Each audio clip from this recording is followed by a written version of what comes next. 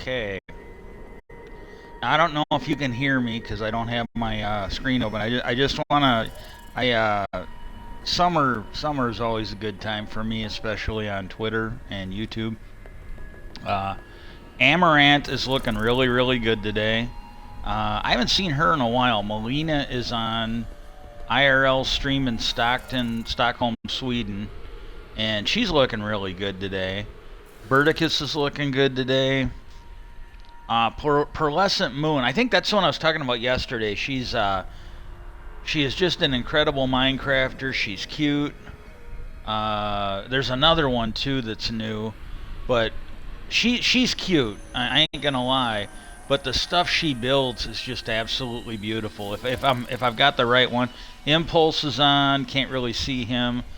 Nicole T. Okay, now she's sucking violently on a straw in the thumbnail, but she's looking good today. And Bob Ross, God rest in peace. There was a thing on that. It was a comedian. I was watching it at my buddy's house back in high school or right after high school, and the comedian was making fun of Bob Ross, and my buddy goes, "I used to watch him." He goes, "It's true." I the way the comedian was, and again, I don't know. I really don't, but the way the comedian was talking, he was like a Vietnam vet, and he'd be painting, and every now and then he'd have like flashbacks or whatever to Vietnam, and he's like, yeah, paint all the little happy trees in the jungle. He goes, I was in the jungle. I went to Vietnam. And then he goes, and then, Charlie was there, so, we fucking painted the jungle with Napalm Red and Agent Orange, and he just started flipping out, and he's like, we got Charlie, and all of a sudden he calmed down, and my buddy goes, yeah, he might be exaggerating it a little bit, but he goes, I kind of remember that.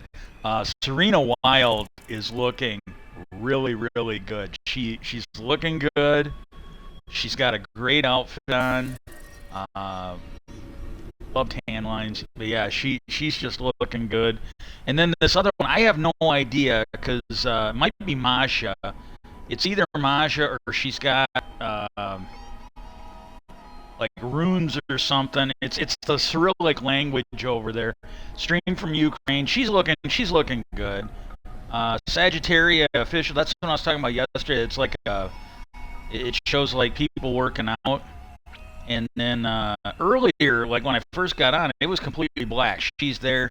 And Liani 5, that's a black screen. K's Void of Chaos. Looks like she's playing Valorant. Can't tell. She's not on the screen. That is who is showing up in my feed. Okay, mic check, mic check, mic check.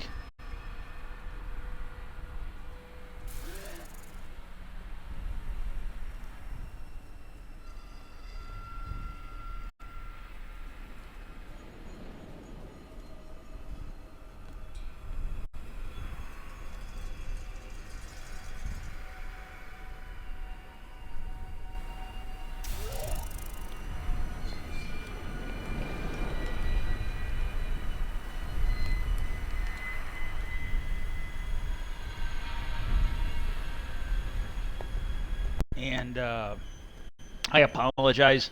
I did not have my speaker on, so I have no idea if the mic was working. I apologize. Okay, mic appears to have been working. I had it in my head that because I didn't have the speaker hooked up, that for some reason you guys went, so I thought, oh man, I went on that whole thing, and I'm just going to have dead air, but okay, you guys heard it at least. Okay, now, some of this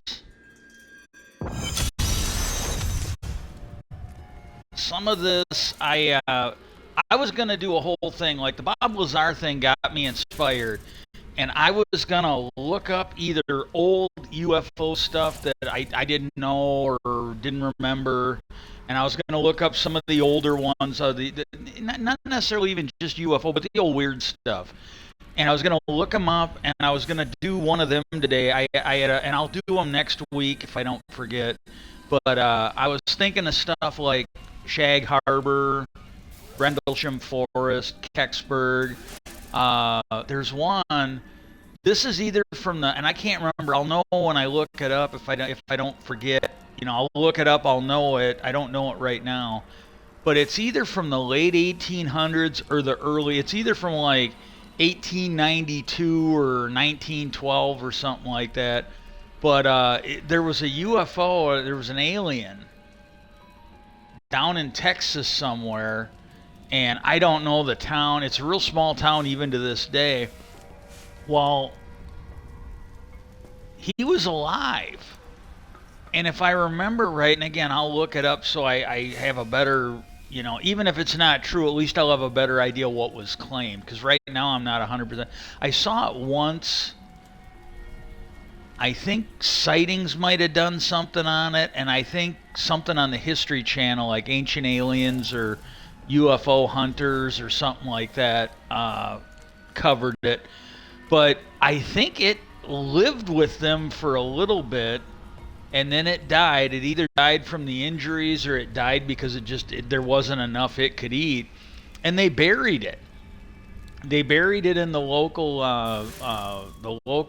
cemetery, and there's a whole thing on that. And again, I don't know, but if the people that covered the story were telling the truth, I would say there's some corroborating evidence there that something was going on. Kind of like Bob Lazar, they went out of their way.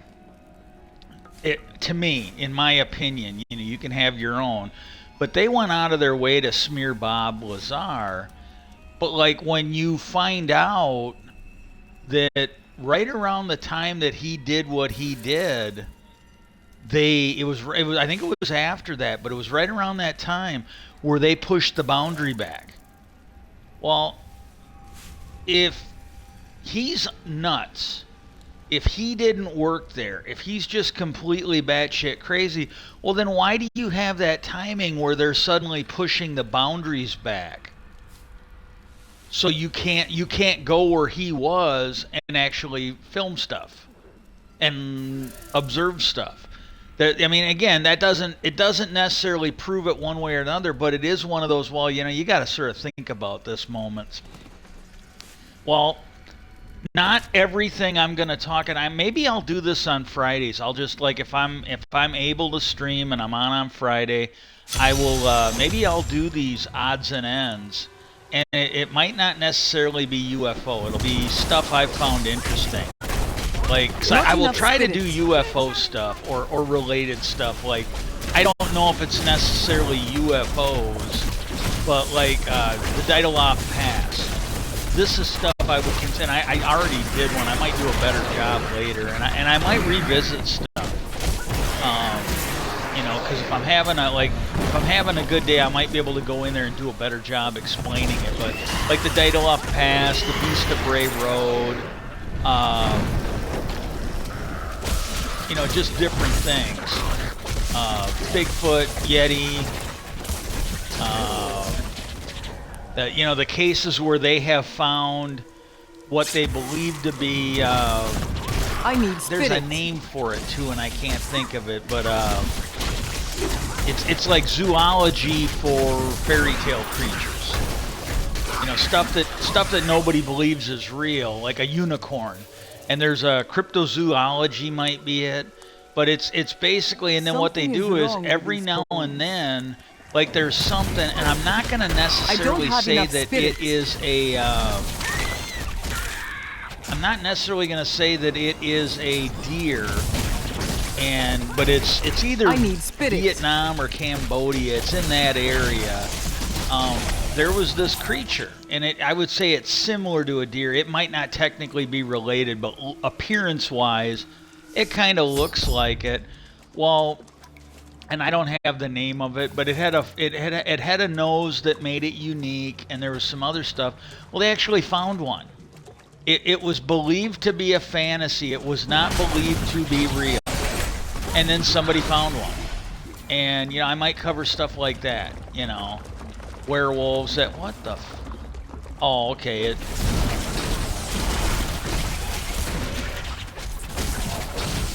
But now this is in the news, and I want to start out with this because I don't need to look anything up for this. Rudy Giuliani, he's got, somebody was saying that MAGA, M-A-G-A, make attorneys get attorneys or something like that. That's another interpretation for it, because there's a lot of these people that were lawyers in and around the MAGA movement, while they have to get lawyers now. Just to give you like that, Sidney Powell, the Kraken lady, she might need a lawyer.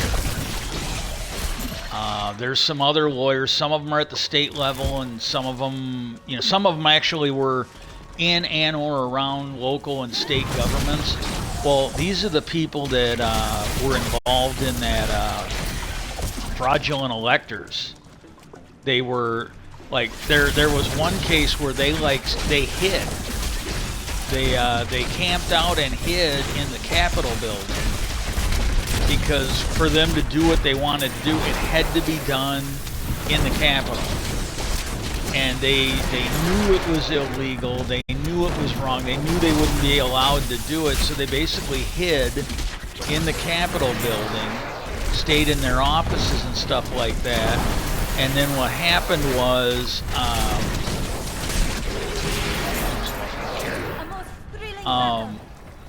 and then the next day they did their little thing.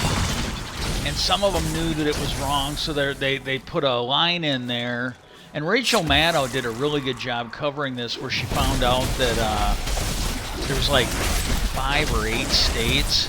All the paperwork looks the same. It's all. I think there's at least 5 states. The font looks the same. The layout looks the same. The language is almost identical. And this is an indication that this was a conspiracy. It might not be able to prove it, but it's an indication that this might be a conspiracy where they were somebody was directing this.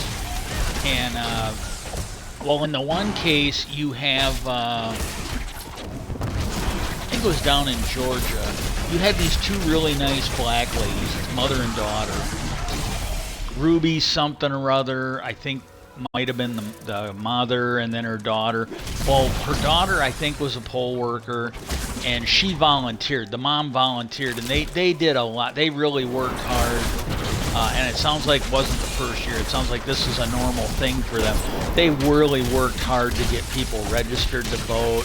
They worked hard to let people know where they needed to go vote. If people needed help getting registered, or if they needed help getting to vote, these 2 worked their butts off, and to do it. While they were getting harassed, both of them, they had people coming and threatening to arrest them, to intimidate them, and all this other stuff to their house. And I don't know if they actually had to leave their house, but they recorded it, and there has been law enforcement involvement since then, and they are suing Rudy Giuliani. Well, and I'm just gonna assume that you do not know what's going on, so I'm gonna kind of walk through everything. It's gonna take a little longer, but I'm gonna kind of walk through everything. Well, what happened was, Rudy, in my opinion, has been playing games, because they wanted. It was part of the lawsuit, discovery, disclosure, whatever. There were certain things that the court ordered Rudy to turn over. And some of it was his phone and other records that were seized by the FBI. So, it existed. There's a record of it, and he's since been given it back. And the court ordered him to turn it over. Well, his initial response was, well, I can't do that because it's all in storage, and I owe the company that's got it all electronically stored like $200,000, or so. It was like somewhere between $200,000 and $300,000. That's how much I owe them in arrearance. So they won't give it back to me until I can come up with the money, and I just don't have the money. And that was his excuse. And then the judge gave an order that, okay, then fine, you fill out a sworn affidavit stating that you do not have the money. You make your financial records available to us, and we will go through. And if you are telling us the truth, we will look at other options to compel the release of that information for them. And I think the judge knew what she was doing. I think she knew he was lying. And I think she wanted to get him on the record saying that he didn't have the money. And then she was going to get some people to go through his books. And if she found out he had the money, then he's in contempt of court. They got him for perjury. And I think he knew what it was. So he then suddenly, when he got to the point where he had to produce what was ordered, he basically told the judge, he goes, "Oh, I found some money, so I really don't want to turn that stuff over, but I found enough money where I can do that." So, and then, well, I just heard today that he still has not turned over those records. And so now the judge has hit him with a $90,000 sanction fine for basically making a fool of the court. And this was in the language, for making a fool of the court and not producing those required documents. And the judge also let him know that she may end up finding him in contempt of court for refusal to turn this stuff over. So we might see something here. And then the other thing is Donald Trump and his little sidekick.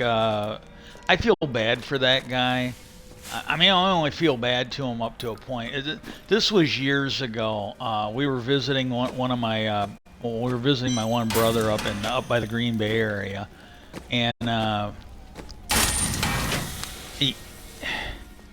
I'm sure he's a nice guy. And I don't know if he's law enforcement, military, both, whatever. I don't know. And I'm sure he's a nice, decent person. I don't know his background. But he's either a fucking idiot, he's got hearing problems, or he's an asshole, on certain things. And then I found out later my brother, I guess, told him to try and wind me up or whatever. But he told me this story. And this was a number of years ago. I don't think the statute of limitations would be involved anymore. But he was telling me that up there in that area, there was some guy that fucked around and he got arrested. And when they put him in the police car, he might have been high, he might have been drunk, he might have been a fucking dumb fuck too. I don't know. But what he did was he kicked the window out of the police car. And he just rolled over on his back and started stomping the window until he broke. And then it was the middle of winter. It was like 20 above or 20 below. It was cold as shit. Well, he was telling me that what the cops did is they went somewhere to like a bar or a restaurant to get a bite to eat, and they fucking left him there in the car with the fucking window blown out. And what happened was they just left him there to freeze. And he goes, "What do you think about that?" And I looked at him, I go, one, I didn't even know if it was true, But I just looked at him, I go, "I don't care." And he goes, and again, this made sense when I found out my brother told this fucking moron to fucking do this. But he goes, "Well, yeah, but I told you that, he kicked the window out and I left him in there to freeze." I go, "Yeah," and I go, "I don't know if you're hard of hearing, but I go, I told you, I don't care." And he was just confused. He was just absolutely confused. And I think he brought it up like a couple more times. It was somewhere between 3 and 5 times he brought it up. And I told him, I go, "Look, I don't know if you're hard of hearing or if you don't understand English or what. I go, I really don't. But I go, if you're deaf, I'm not an ear doctor.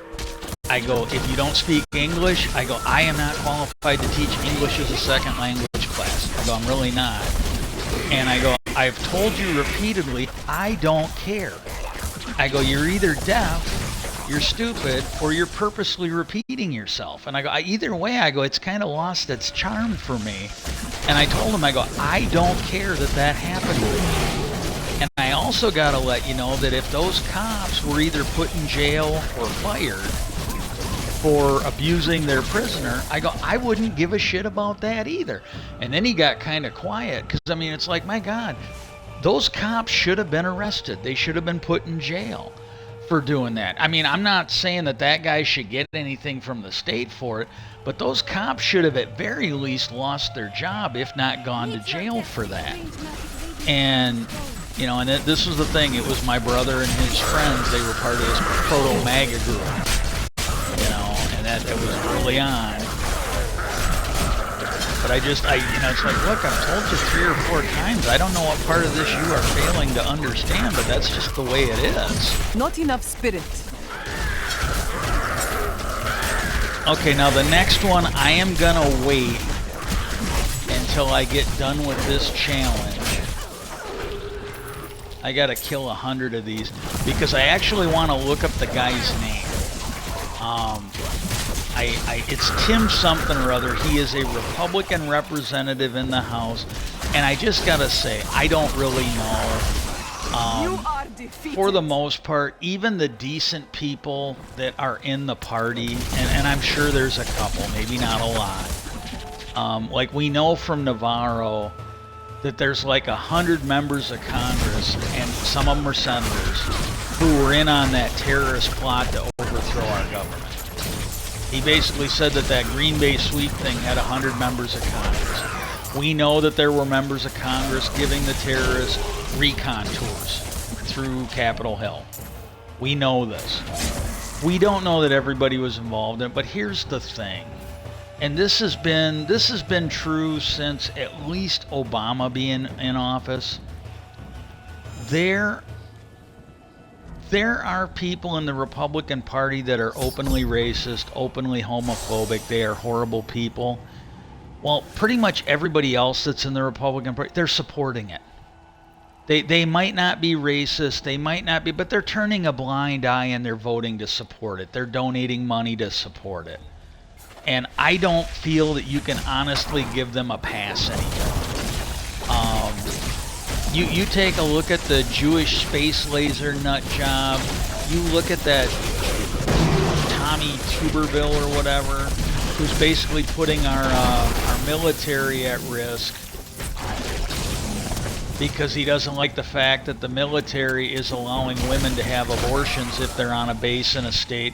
And really the thing they should do, the absolute thing they should do, if they can't get this guy to allow people to get promoted, if he's not going to allow the military to function because he doesn't want government money spent sending these women to get health care, then they should move every fucking base out of a state where they don't allow women to have health care. Every fucking state where they do not allow a woman to fucking choose an abortion, they should fucking pull that fucking base out of there and put it in a good state. And tell the governors, tell the legislatures, if you don't want to lose your bases, if you don't want to lose that money, then you better get your fucking head out of your ass. Because we got these women that are serving in the military, they have a right to health care. They have a right to be safe. They have a right to be healthy. And your little fucking Jesus fetish is just not going to be allowed. It's just not. And then the other thing they should do when they do that is they should also sit there and go, in all these states like Texas and others that are calling for a civil war, they're calling for their people to succeed from the Union, they should pull every fucking military base out of those.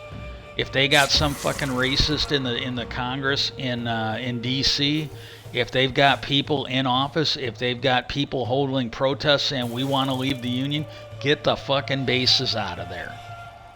And tell them, hey, look, because this is the thing. You go back and you look. I'm not going to go off on this too much. I really don't want to do this on the gaming channel, but you go back and look. They had this judge, I think it was in Alabama, and this guy would not follow the law. he continually put up these religious statues, and higher courts, federal courts, constantly forced him to take it down or had it removed, and he would constantly keep putting it up. And finally, and I don't know if it was state courts or it was federal courts, but he would not abide by court orders. They removed him from his office. He was no longer allowed to be a judge. So then he tried running for Congress.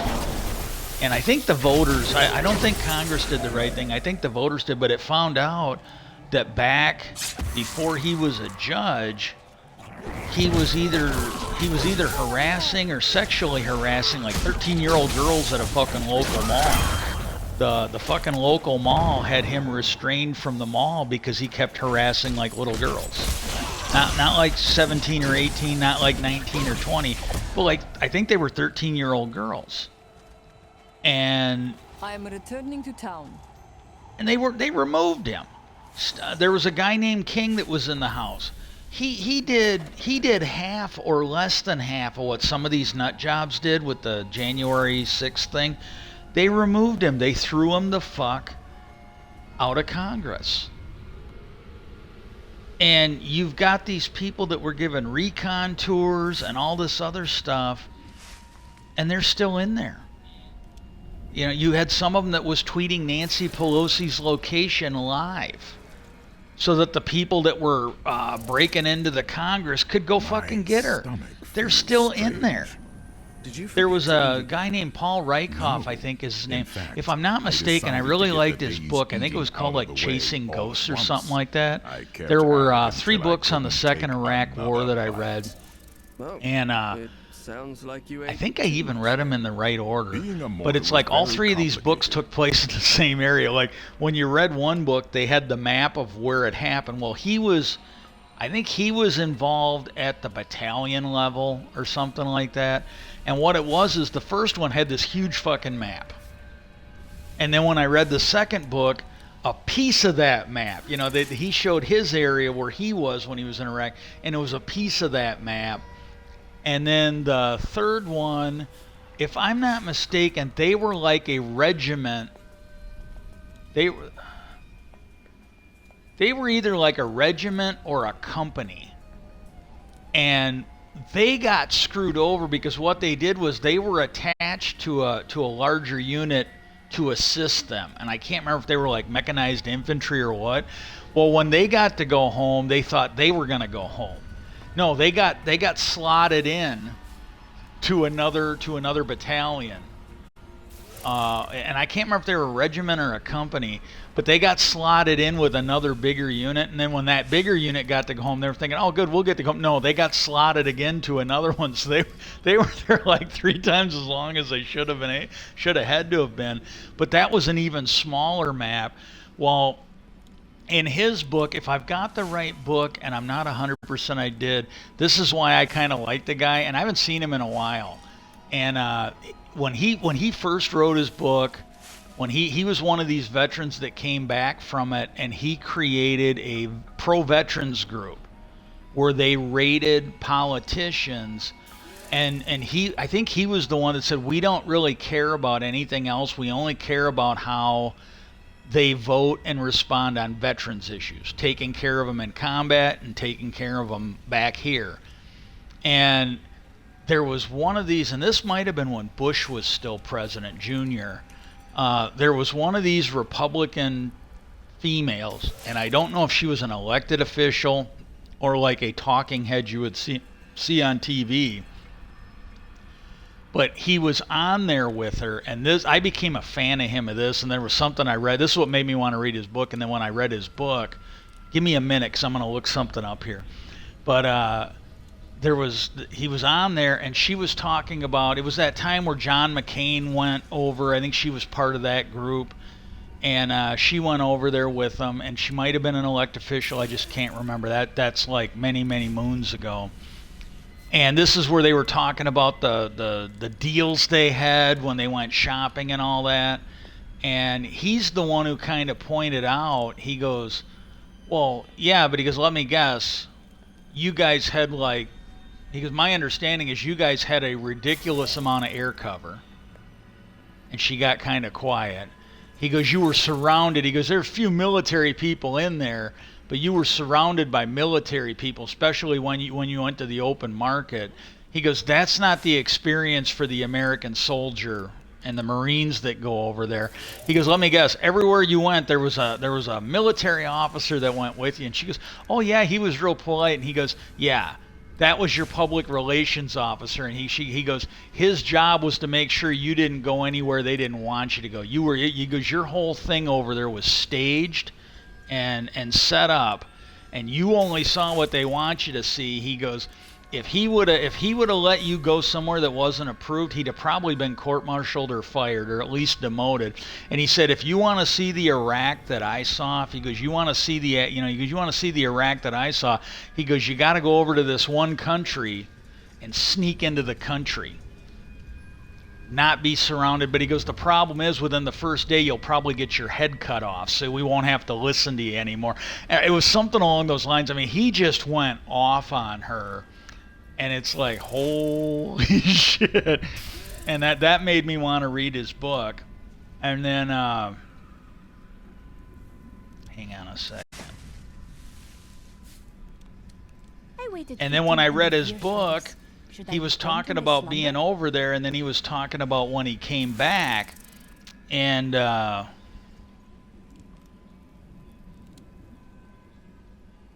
okay,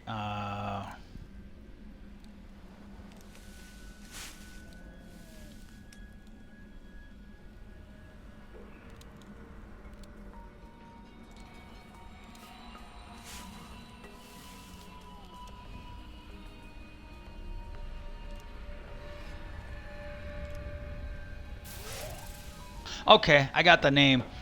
I'm going to get a guy, and basically his name is Representative Tim Burchett. Okay. Oh, God, here's another one. This I hadn't seen yet.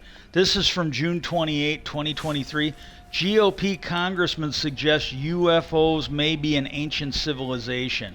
And this is Mike Gallagher, and I'm not sure. He might be a Democrat, but I think he's another Republican. And if it's the one I think it is, he might be from Wisconsin. That's from Newsweek. And Political has got this quote from Tim Burchett. That's what it is about aliens. I think people deserve to know. And he's leading the effort. He's the one I talked about the other day. So there's a guy. He's a Republican. The fact that he's a Republican, I kind of have suspicions about him. But so far, everything I've seen, especially maybe not any other subject, but especially on the UFO subject, he really seems to be going gung ho. He seems to be a serious politician. So I don't think he would be swinging at this if he wasn't somewhat sure about it. And I know, like, oh God, when I think they did some Senate hearings, and there was a couple of the senators, and I think these were all Democrats, but I'm not 100% sure. But they came out of their meeting, and there was at least 2 or 3 of them that said something along the lines of, well, I think the American people deserve to know the truth. And because they had had a closed door meeting or something like that. Well, this Tim Burchett, I'm going to get into him in a minute, but I might not remember the name, so I want to throw that out there, because some of the interviews that I've seen of him on News Nation or whatever it is, oh my God, all I'm going to say is, usually you do not see people, especially career politicians, people who give a shit about their job, usually you don't see them saying stuff like that until they've been voted out or they're a lame duck. Usually you don't see it while they're still clinging to their job. Usually this is something that comes out after they're no longer going to be in office. Even if they're still there and a lame duck, they'll sometimes do it because Speaker Boehner, whatever, it's spelled Boner, but I think they pronounced it Boehner. He did an interview after he announced he was stepping down. The date was announced. It was a done deal. He was leaving Congress, but he was still the speaker. He was still in there. and he did an interview, and I'm trying to think of the guy's name. I think he might have been on CBS or ABC, and I don't see him that much. He's kind of like a backbencher, but he does a lot of their interviews. Red-haired guy, kind of thin. And it was funny because he got asked about when Congress had shut down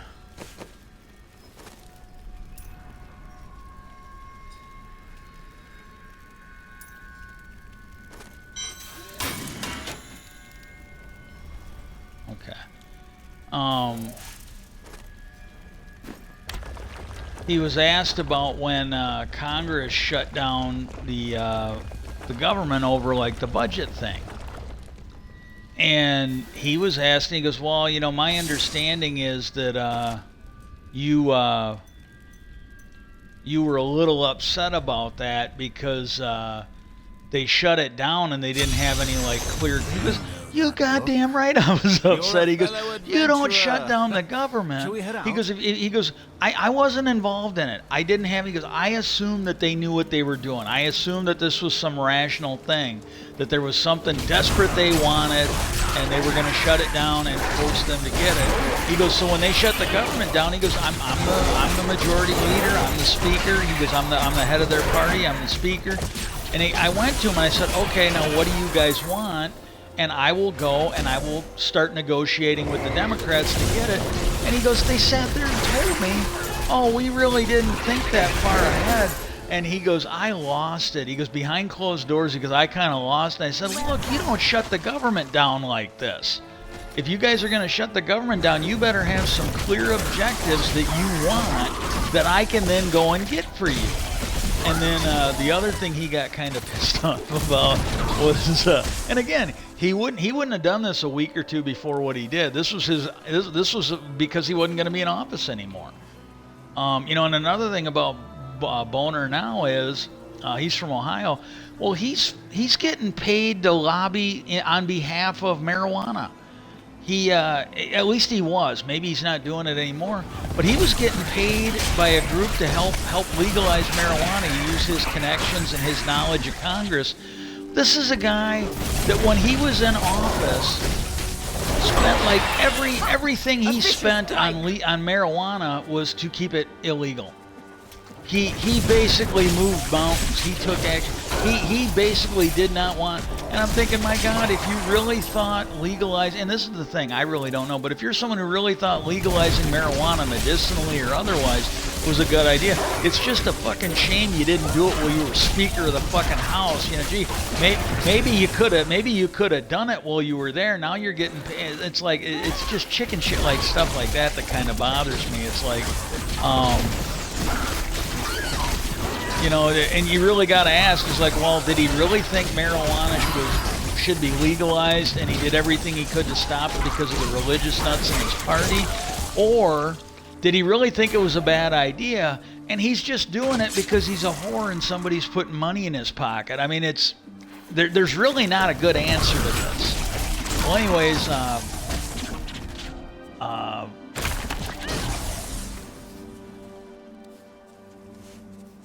trying to think of what I was talking about. Again, I'm not doing too bad, but I went to the grocery store today, and it's a little bit of activity, and I'm kind of feeling it now. But yeah. So, anyways,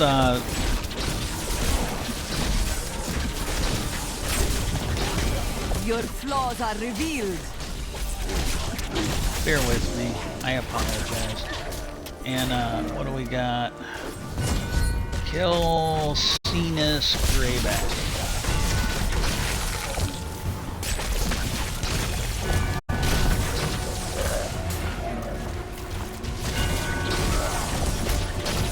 Yeah, I covered the I covered Rudy. Oh, and the other, this is the only other political thing that I'll cover that I can think of is Trump and his little sidekick, that Nauta guy or whatever it is. Nauta, right after he got his lawyer, he filed something where he wanted to postpone some kind of trial date that's like a week or it's like next week or something like that, or see, it was either today or next Friday, I think. And he wanted to postpone it because he's got his local lawyer, but he's also got another lawyer. This one's from D.C., but the judge, one of the judges that was involved, and I don't know if it was Cannon, the one Trump appointed, or if it's the magistrate judge that took the plea deal, or took the plea of not guilty. But basically, the judge issued an order that they had to have, if they had a lawyer who was from out of town, or wasn't from Florida, they had to have a local lawyer. And I think, because usually, especially for federal cases, usually you can get somebody that's qualified from another state because federal law is the same in all 50 states. But I think the reason for that is because of all the sanctions on the lawyers around Trump. All the sanctions they've had with various lawyers breaking their oath, breaking their procedures. There's a lot of them that are getting sanctioned right now. Like there's one of them, Lynn Wood. You can kind of refer to him as Trump Light because he kind of looks like a younger, thinner Trump. And that guy there, and I can't remember, I think he's a Georgia lawyer, but he might be Alabama. He's a Southern lawyer. Well, that guy, I believe, was one of the ones that was sanctioned in Michigan. And they were saying like a week or two ago that he's basically trying to turn his law license in, and he's like, look, I'll turn over my law license, I'll sign something binding that I will not ever practice law again. He's basically trying to dump his law license before he gets hit with the sanctions, and because he doesn't want to get sanctioned.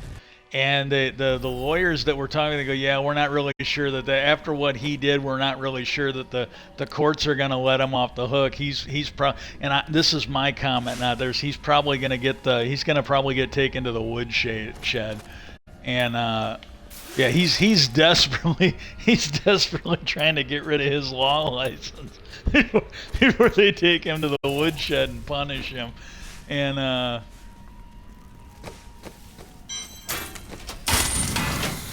But the thing is, and this is the way it was explained by some of these former prosecutors that you see on the news a lot, they go, well, when the judge issued the ruling that they had to get local lawyers, because that's the argument, that the lawyer he has already got a court date. Well, they got this new lawyer, and that was one of the things that the court required. They said, well, the local lawyers you get better be ready, willing, and able to stand alone. And it basically stated that, it was the court's order that they weren't going to have this bull crap where they come in with a local lawyer and then start making arguments that, oh, well, we've got this D.C. lawyer who can't be here, so we want to put things off. He told them flat out, the lawyer you get that's local had better be able to stand alone and make the court dates.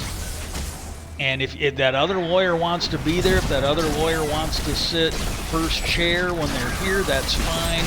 But it sounded like it came down from the court that they were not going to have this crap like they're trying now, where they're like, hey, the lawyer can't be here, can we put it off? It's like, well, it's already been explained to them, your local lawyer's going to have to do that. Well, then Trump, he had his lawyers right after Nauda's file something that they should just put the trial off until after the election next year. That they shouldn't have because I think Nauda's lawyers wanted the trial pushed back to the spring. And prosecution is going, hey, we got that rule for a speedy trial. There's really no reason why we can't have this trial like middle of December start it. And there's been former prosecutors that said that if Judge Cannon does allow for the trial to be put back till next year, or if she allows it to be put off until after the election, that they said they should immediately appeal it to the 11th Circuit, who slapped that judge around when she was fucking around for Trump last year. And they said they should immediately appeal it to the 11th Circuit and ask them to stay her decision or overturn her decision. And they should be asking to remove her from the case. That they're like, this should not be allowed. There's no reason, there's no legitimate reason why she should be delaying this trial at all. And that was the thing that had just happened, where the prosecutor, the special counsel, he showed the judge that there was no earthly reason, no legitimate reason where they should delay it. They said to even ask is bordering on frivolous. Frivolous motions are something you can be sanctioned for. So he's putting that warning out there that maybe he didn't say it, but he's hinting that maybe the court should start looking at this stuff as sanctionable. And what he did is he explained that they gave Trump lawyers things that are not normally given in discovery. They gave it to him. So Trump has been given more discovery than he's entitled to. He pointed out that there is a detailed menu. There are guidelines in there explaining to them what's important, what's more important than others. He's done all this work for the lawyers. And I can't remember what it was. I think it might have been that trial Trump went through with that fake university thing that he had, where he was basically saying, oh, well, we need more time to go through all this, blah, blah, blah. Well, the special prosecutor has taken that argument away from Trump because he has given him so much information that he's not entitled to. He's given him like detailed menus and organization. It's all organized for him. So it really, I mean, again, and here's the thing, if he goes to trial, he does the due diligence, and Trump gets away with it, yeah, it's not going to be great, but at least they tried. And because this prosecutor really looks, it isn't Garland, it isn't Barr. This special prosecutor really looks like he's dotting his I's and crossing his T's. And I won't be happy. If he isn't found guilty, I won't be happy. But I gotta admit that I will feel better for somebody taking an honest stab at it than just doing what Garland and the FBI have been doing so far, where they just, let that shit go through. Oh my God. The Secret Service might have had incriminating evidence on their phones. Here's Garland and Ray at the FBI. Go ahead. We're not going to grab those phones right away, so you can delete the shit on us. The FBI was supposed to investigate Kavanaugh, the judge that was nominated for Supreme Court. Well, they had all this evidence of stuff that he did that maybe Congress should know. Well, they said, we're going to keep it from Congress and we'll just give it to Bill Barr and the White House so they can make it disappear. I am returning to town. These are things that the FBI director and the Attorney General should actually be fired with cause. Hey, lady. This isn't something where, we'll accept your... No, they should be fired. Like Harry Truman fired that general back during World War II. I think it was Patton. No, it was Marshall. Not Marshall, MacArthur. Should fire him just like that guy, so that stain is on them for the rest of their life. But no, so that's good news. That's absolutely good news. Well, anyways, now here is the big deal. Well, the first thing was, it was only like a minute and a half.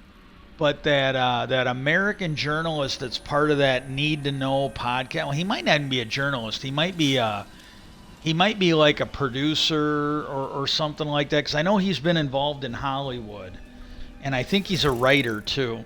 But he put out like a minute and a half video, and he seemed, I'm not going to say sad, but he seemed emotional, and in a good way, not in a bad way. But he was just saying, he goes, look, I gotta tell you that the last couple weeks, he goes, I am actually starting to think that maybe with what I'm seeing, what I'm finding out from his counterpart, the Australian guy on the podcast, can't remember his first name, Coulthard, and he's worked with reputable news sources in Australia. He interviewed David Grouch for News Nation, and he goes, the things I've learned just in the last couple weeks or a month. He goes, I'm kind of feeling it. He goes, I'm starting to honestly think, because I've always been kind of skeptical. Yeah, I've always tried not to get my hopes up. And he goes, but the last couple weeks, maybe the last month or two, he goes, I am seeing things, and he goes, I am looking. I'm actually starting to feel that maybe something's going to happen. Maybe something's going to happen. And he said, I'm hoping you're feeling it too. He goes, let's just hope. Let's just hope that we're going to get something good done here. And he seemed, again, he was a little emotional, but not in a bad way. Not like, all hope is lost. It was emotional because I think he's feeling that something that he thought was never going to happen in his lifetime. Because he kind of went in, there was one of his more recent podcasts where he was talking about, I've actually been a fan of this guy. I might have been a fan of this guy longer than he has, because I think I'm older than he is. But it's this Stanton Freeman. Pretty sure Friedman is last, but he's like Stanton Friedman. He is a nuclear rocket scientist. This is a guy that actually studied how to make nuclear-powered rockets, and he was talking about it the one time because they were talking about rockets, and he goes, well, yeah, but that's like jet fuel rockets. I go, what do you mean? He goes, well, that's rockets that are powered by like a rocket fuel. Or something else. And he goes, they've got a maximum speed. He goes, you can actually make nuclear-powered rockets that are a lot faster. And he was kind of explaining that. It was a rare time where he actually talked about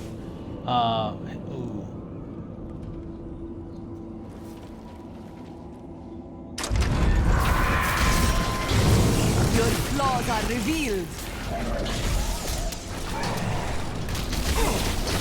And he talked about him. This was in a recent podcast he did, and he was kind of that he was kind of emotionally sad because I guess now I never met the guy. I never went to like a UFO conference where I got to meet him or whatever. But I guess he got to meet the guy, and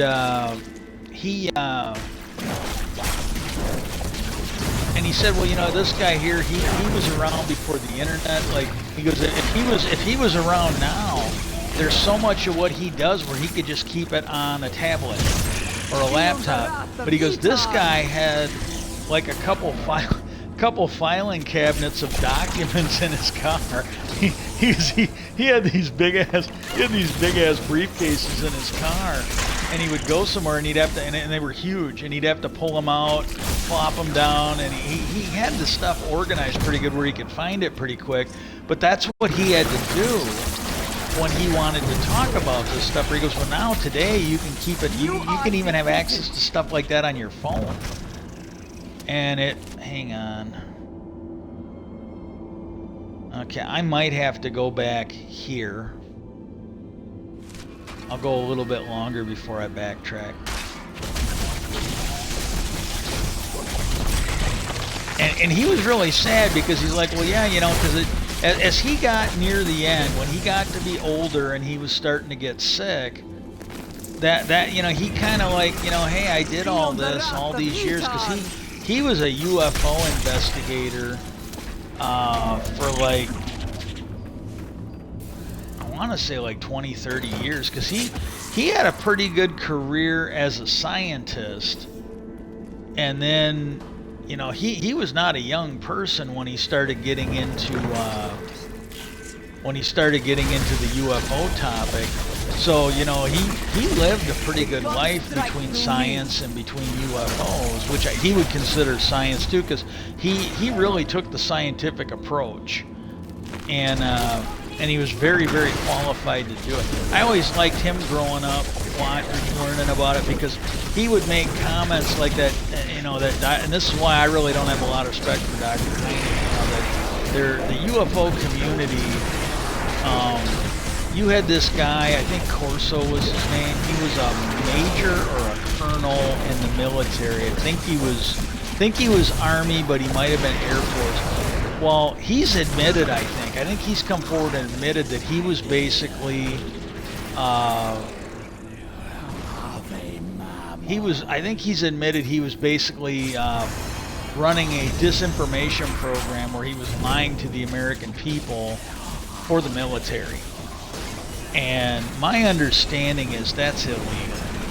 The military and I think the CIA, they do not have a mandate to do that to the American public. They can do it overseas. And I've already kind of mentioned that to people. It's like, look, you should really bring that guy in. He bade us find the and you should get to the bottom if any laws were broken. And drain their blood. Because I go, I don't know for sure, but I go, my understanding is the military and the CIA are not allowed to run these disinformation programs on American soil. And I go, he did. I go, I'm pretty sure he's admitted that he did. Flows into the temple, and our master smiles. You are defeated. And I guess he was pretty sad near the end that he did a tremendous amount of work. I think there's a lot of the UFO stuff. We would not be where we are today, and okay, granted, maybe it's not that far, but we wouldn't be where we are today if it wasn't for people like him. These guys were pre-internet. They did a lot of work. They did a lot of legwork. It was stuff that they had to do. This was how we got it out. You could not go on Twitch. You couldn't do what I'm doing now. You couldn't make a YouTube podcast. You couldn't fucking stream on Twitter or anywhere else. There you are. If you were lucky, you could maybe get 6 people following you on some cable access news show. It was the only way that I could get close to you. George Knapp did with John Lear. Now, and and it picked up. There was a lot more people responding than he thought was gonna. But you know, it was just a different world back then, and I think we owe them a lot. But he was kind of sad because that guy got near the end. His health was getting bad, and he's just like, man, I did all this for all these years and just nothing. You know, just absolutely nothing. And he was real sad about it. Well, he was like the opposite for this. Well, here's the things that they're talking about. First of all is that Tim Burton guy. Burton. I mentioned his name earlier, but that guy there, I gotta be honest with you, I don't know what to make of him, because I really have a dim view of anyone Republican because of what's going on in the party.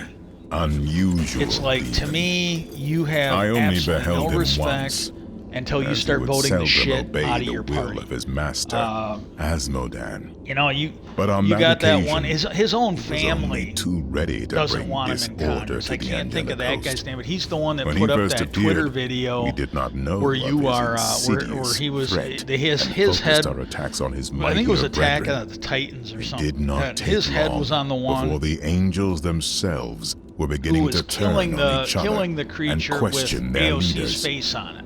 By the time we realized what had happened, the battle was I'm sorry, lost, that's just wrong. and it was too late. That's just wrong.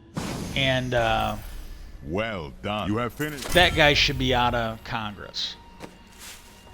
And you take that Jewish space laser chick, Marjorie Taylor Greene. She should be kicked out. They used to do this. This used to be a no-brainer. When you had people that fucking horrible, they just made them go away. Now, they are so desperate to cling to power that they'll fucking let the shit stay. And it's just wrong. It's just literally fucking wrong. But anyways, the things that are coming out now is, first of all, I saw it announced online, and it was quoted as coming from that Representative Tim Burchett or whatever it is, that he said that yes, there will be a UFO hearing at the end of the month. And then I think it's Dan Abrams' show, but the clip of it I saw on YouTube, it's on News Nation, if I got the name right. But it's Dan Abrams' show, but he was not the one on. He had somebody else on filling in for him, so it was probably over the holiday. And but they were quoting, the congressman saying, yes, there would be a hearing the end of this month, so a couple weeks from now. And they were talking to Representative Burchett, and they wanted to know who was going to be there. And he said, well, he goes, I think we're going to have about at least 6 people. We might have closer to 12, but he goes, and we're trying to finalize it now. But he goes, I got to tell you, he goes, we're kind of keeping this close to the vest, because he goes, we're actually worried that the Pentagon, the military, is going to try and influence our witnesses. So he goes, we've kind of got a commitment that we're going to kind of keep this quiet. He goes, we don't want anybody to know. We don't want you to know. We don't want our voters to know. We especially don't want the Pentagon to know, because he goes, I don't know if we can prove it, but he goes, we are positive that they have strong-armed and influenced witnesses that we were bringing in before, where they didn't tell us everything when they got there, or they refused to come in. And he goes, I don't know that we can prove it, but he goes, that's witness tampering. And he was basically saying, that's contempt of Congress. That's witness tampering. He goes, they should be going to jail for this. And he kind of threw that out there. And he goes, so we're kind of keeping this close to the vest. He goes, you'll know when they walk into our thing. And he goes, the whole thing's going to be an open record. Everything they say is going to be released on transcript, on video. He goes, you guys will be able to be there. He goes, and then you'll know what we know. And he goes, and we're kind of hoping if we do this right, that they won't be able to intimidate these people, and we'll get to the bottom of this. Now, what I'm going to do is I am going to take a quick break. I'm going to end the stream, and I'm going to come back with Minecraft, because I got the little gift or whatever. So I'm going to come back with Minecraft, and I'm just going to pick up where I left off. So thanks for bearing with me on the political bullshit, which I'm not trying to do here, but it's the end of the week, and maybe I'll try and do it where I do it on the end of the week, so there's just one day, and then the rest of the time I can kind of try and have as much as I can when I'm not feeling good, have some kind of a constructive talk about the issues around UFOs and UAPs. Peace out, and hopefully I will see you back here in a couple minutes.